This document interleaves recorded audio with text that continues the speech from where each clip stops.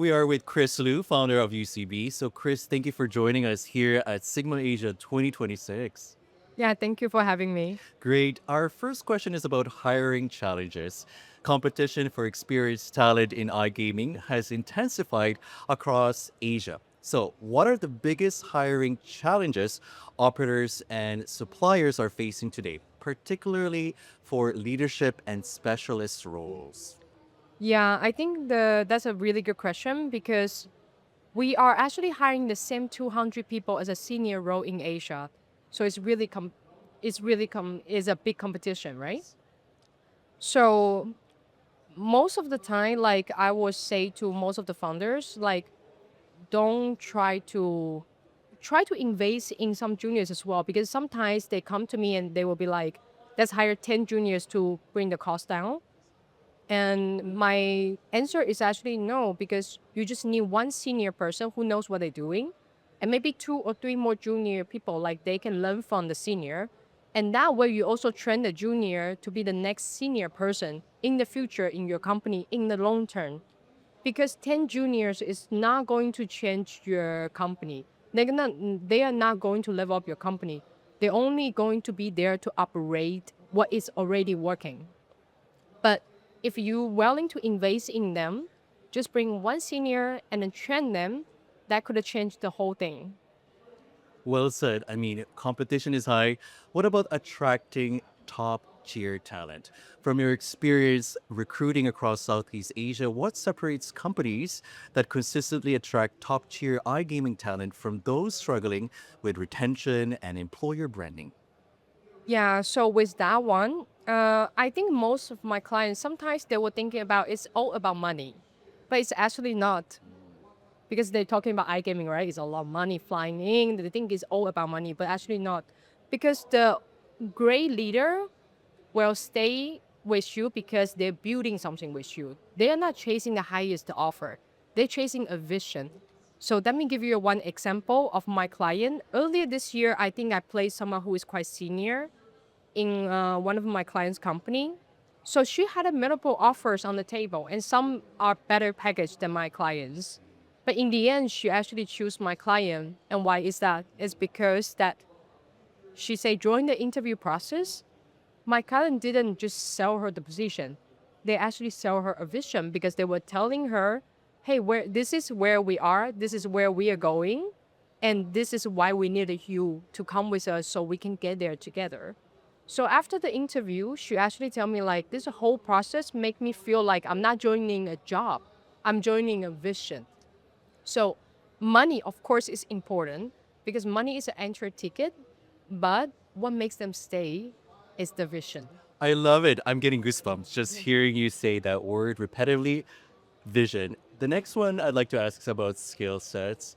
As the industry evolves with AI, crypto, and stricter regulation, which skill sets do you believe will become most critical for iGaming businesses over the next few years? Okay, so there's three things, and most people don't even expect this. So the first is cross-culture fluency. So the time of like I'm only do UK market, I only do Spain market is over, it's gone. So now it's like everyone is looking for someone who has experience with different culture markets as well. And that goes to one of the example that I have last year. I actually placed a mid-level digital marketing manager to one of my clients, and his experience is because he actually had his current company actually push him to working in different markets, so he has more experience. That makes him stand out, and the client actually promote him a level up, so he's now a director. Well said. Yeah, and the second one it would be actually a little bit connect with the first one is about language. So English is the most, and you can plus one other language, probably from Asia, from Europe or Latin, because that is going to be every bilingual is going to be the key as well. It's a new currency in our industry. And the third is AI fluency. So since AI is so in deep with our life right now, those people who is going to be stand out is the people that who doesn't wait for the company to train them about AI is the one that apply AI to their own work already day to day. And those people are the one is going to never going to be replaced because this is so deep. You cannot just wait for your company to train you. You actually need to have a self-learning by yourself already. So these three things together, it might seem a little bit rare today, but I promise you in 2 or 3 years, this is going to be the baseline.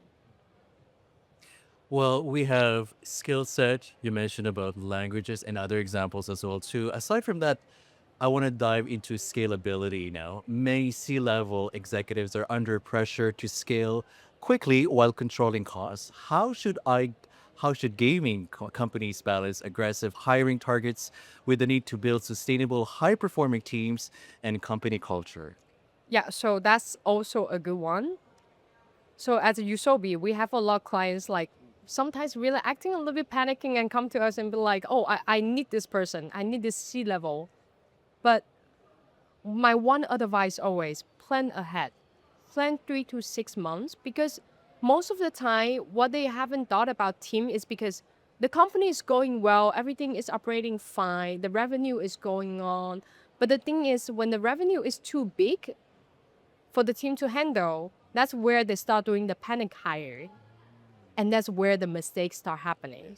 Because if you have 3 to 6 months to thinking about, you can take your time and really place someone that you really think is going to bring some benefit to your company. And those people, doesn't matter personality, experience, they're going to match you. Because senior hire are not the position you fill. Senior hire are the people that you build relationship with. So if you're about to hire someone who is C-level, you need to actually just take your time. If you want to hire them at a Q3, starting the conversation at Q1 already, because that's going to give you more deep thinking and more connection to build with the candidates.